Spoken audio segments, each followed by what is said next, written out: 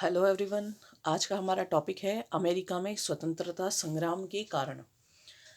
तो हम बात कर रहे हैं अमेरिका में अंग्रेजों ने अपने 13 उपनिवेश स्थापित किए थे। इंग्लैंड सरकार की दूषित शासन व्यवस्था तथा स्वार्थपूर्ण आर्थिक नीति के कारण उपनिवेशवासियों में घोर असंतोष व्याप्त था और इसी कारण अमेरिका में स्वतंत्रता संग्राम छिड़ा। और इस स्वतंत्रता संग्राम के कारणों का अध्ययन हम करेंगे। सबसे पहला जो पॉइंट माना जाता है वह अमेरिका में स्वतंत्रता की भावना। अमेरिका अमेरिकी उपनिवेशवासी इंग्लैंड के लोगों की अपेक्षा अधिक उत्साही तथा स्वतंत्रता प्रेमी थे। ब्रिटिश सरकार अमेरिकी उपनिवेशों पर नियंत्रण रखना चाहती थी, जबकि अमेरिकी लोग अपनी स्वतंत्रता को त्यागने के लिए तैयार नहीं थे। अगला जो कारण माना जाता है वह उपनिवेशियों में इंग्लैंड के प्रति प्रेम का अभाव। अनेक लोग धार्मिक अत्याचारों से परेशान होकर अमेरिका के उपनिवेशों में बस गए। ब्रिटिश सरकार ने अनेक अपराधी लोगों को भी उपनिवेशों में भेज दिया था। ऐसे लोगों की संतानों में ब्रिटिश सरकार के प्रति कोई सहानुभूति नहीं थी और इसी कारण उपनिवेशवासियों में इंग्लैंड के प्रति प्रेम का अभाव था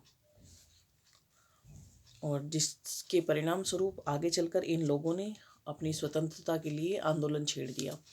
अगला जो कारण है वह बौद्धिक चेतना का विकास। अमेरिका के प्रसिद्ध विद्वान टॉमस पेन ने अपनी पुस्तक कॉमन सेंस के माध्यम से अमेरिकी लोगों में देश प्रेम की भावना जागृत की।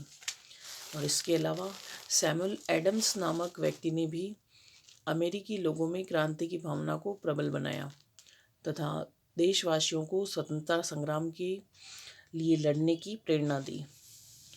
इसके अलावा अगर दृष्टिकोणों की बात करें तो उपनिवेशवासियों और इंग्लैंड के अंग्रेजों के दृष्टिकोणों में काफ़ी भिन्नता थी, यानी दोनों की दृष्टिकोणों में, दोनों की विचारधाराओं में काफ़ी अंतर था।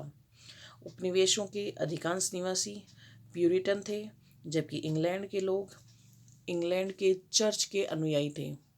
इंग्लैंड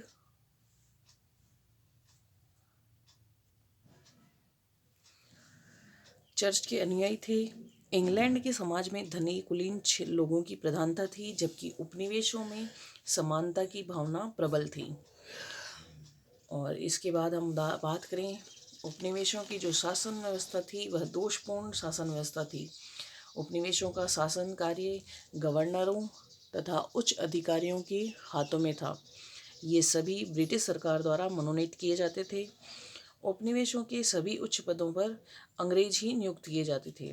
गवर्नर तथा उसकी कार्यकारिणी के सदस्य असेंबलियों के प्रति उत्तरदायी नहीं थे और इसी कारण यहाँ की शासन व्यवस्था में अनेक दोष विद्यमान थे।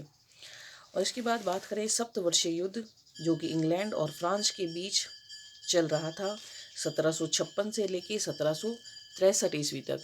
और इस सप्तवर्षीय युद्ध में इंग्लैंड की विजय हुई और जिसके परिणाम स्वरूप कनाडा पर इंग्लैंड का अधिकार हो गया और अब उपनिवेशवासियों को कनाडा में रहने वाले फ्रांसीसियों के आक्रमण का डर नहीं था। इन युद्धों से पहले फ्रांसीसी बार बार क्या करते थे, उपनिवेशों पर आक्रमण करते और इनके आक्रमण से लगातार उपनिवेशवासी डर कर अपना जीवन व्यतीत कर रहे थे। लेकिन सप्तवर्षीय युद्धों के परिणाम स्वरूप इंग्लैंड ने कनाडा पर अधिकार कर लिया और अब फ्रांसीसियों के आक्रमण का कोई डर नहीं था उपनिवेशवासियों को। इसी कारण अब उपनिवेशवासी इंग्लैंड के विरुद्ध विद्रोह करने का अवसर ढूंढ रहे थे और ये अवसर इन्हें लगातार हो रही घटनाओं के माध्यम से धीरे धीरे प्राप्त होने लगा। इसके अलावा इंग्लैंड वासी जो थे उनकी उपनिवेशों के बारे में गलत धारणा थी। उनका मानना था या ब्रिटिश सरकार की भी ये मान्यता थी कि उपनिवेश इंग्लैंड को लाभ पहुंचाने के लिए है। अतः इस सिद्धांत के आधार पर इंग्लैंड की सरकार उपनिवेशवासियों का आर्थिक शोषण करना चाहती थी, परंतु उपनिवेशवासियों को इंग्लैंड के हितों की वृद्धि करने में कोई रुचि नहीं थी, क्योंकि यह गलत धारणा के परिणाम स्वरूप उपनिवेशवासियों का इंग्लैंड के प्रति भी विचारधारा गलत बनने जा रही थी।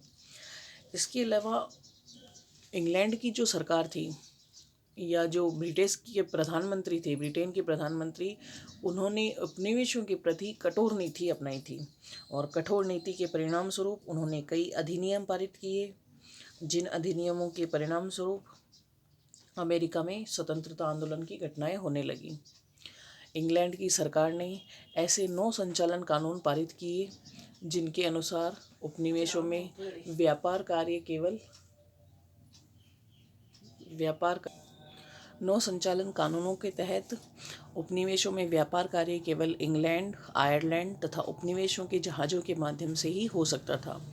और इसके अलावा ब्रिटेन के प्रधानमंत्री ग्रीनविले ने उपनिवेशों के प्रति कठोर नीति अपनाते हुए इस प्रकार के अधिनियम पारित किए, जिनमें शुगर एक्ट, जो 1764 ईस्वी में ब्रिटिश संसद ने पारित किया था, जिसके अनुसार इंग्लैंड के अतिरिक्त अन्य देशों से आने वाली विदेशी रम का आयात बंद कर दिया गया।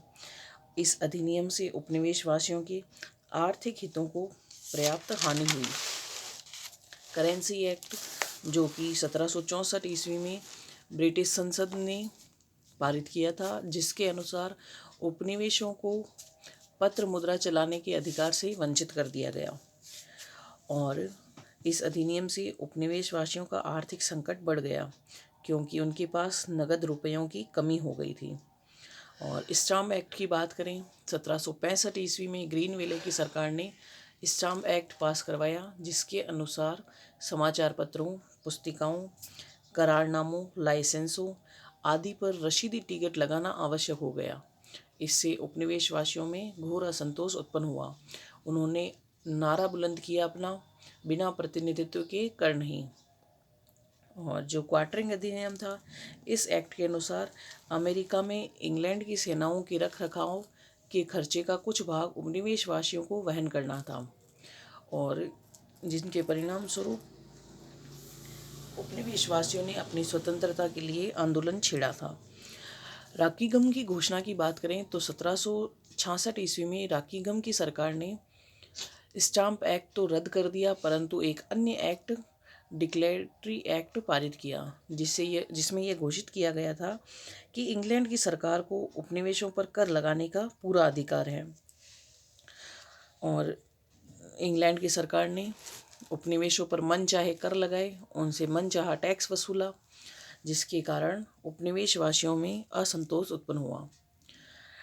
टाउनशेंड की योजना की बात करें तो 1767 ईस्वी में इंग्लैंड के वित्त मंत्री टाउनशेंड ने चाय, शीशा, कागज, कांच, रंग पर सीमा शुल्क लगा दिया।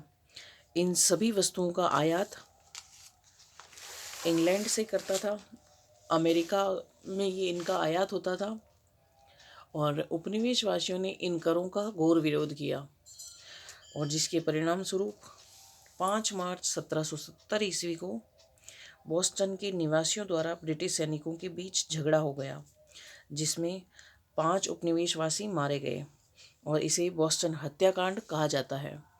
इस घटना से उपनिवेशवासियों में तीव्र आक्रोश उत्पन्न हुआ और 1770 ईस्वी में ब्रिटिश सरकार ने टाउनशेंड करों को रद्द कर दिया, परंतु चाय पर कर लगाए रखा। और 1773 ईस्वी में ब्रिटिश संसद ने चाय अधिनियम पारित किया, जिसके अनुसार ईस्ट इंडिया कंपनी को अमेरिका में चाय निर्यात करने का एकाधिकार दे दिया गया।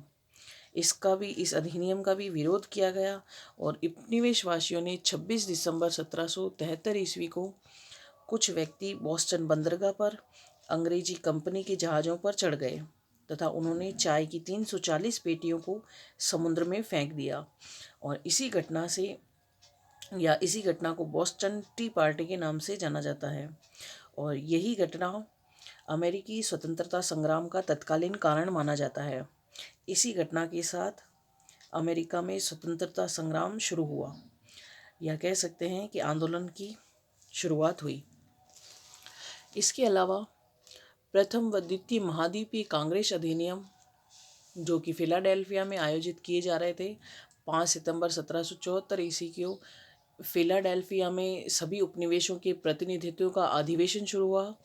प्रतिनिधियों ने एक घोषणा पत्र तैयार किया और घोषणा पत्र तैयार करके इंग्लैंड भेजा, जिसमें ब्रिटिश संसद द्वारा पारित इस घोषणा पत्र में ब्रिटिश संसद द्वारा पारित किए गए सभी कानूनों को रद्द करने की मांग की गई, परंतु ब्रिटिश सरकार ने इस घोषणा पत्र पर कोई ध्यान नहीं दिया और इसी के कारण 10 मई 1775 ईस्वी को फिलाडेल्फिया में द्वितीय महाद्वीपीय कांग्रेस का सम्मेलन आयोजित किया गया। इसमें ब्रिटिश सरकार के विरुद्ध संघर्ष शुरू करने की घोषणा कर दी गई। द्वितीय महाद्वीपीय कांग्रेस सम्मेलन में ये घोषणा की गई कि उपनिवेशवासी अपनी स्वतंत्रता के लिए अमेरिका के जितने भी उपनिवेश हैं वह सभी अपनी स्वतंत्रता के लिए इंग्लैंड के विरुद्ध संघर्ष जारी करेंगे। नेक्स्ट वीडियो में हम बात करेंगे अमेरिका के स्वतंत्रता संग्राम की प्रमुख घटनाएं, आंदोलन के परिणाम स्वरूप होने वाले जो घटनाएं हैं उनका अध्ययन हम नेक्स्ट वीडियो में करेंगे। तब तक के लिए धन्यवाद।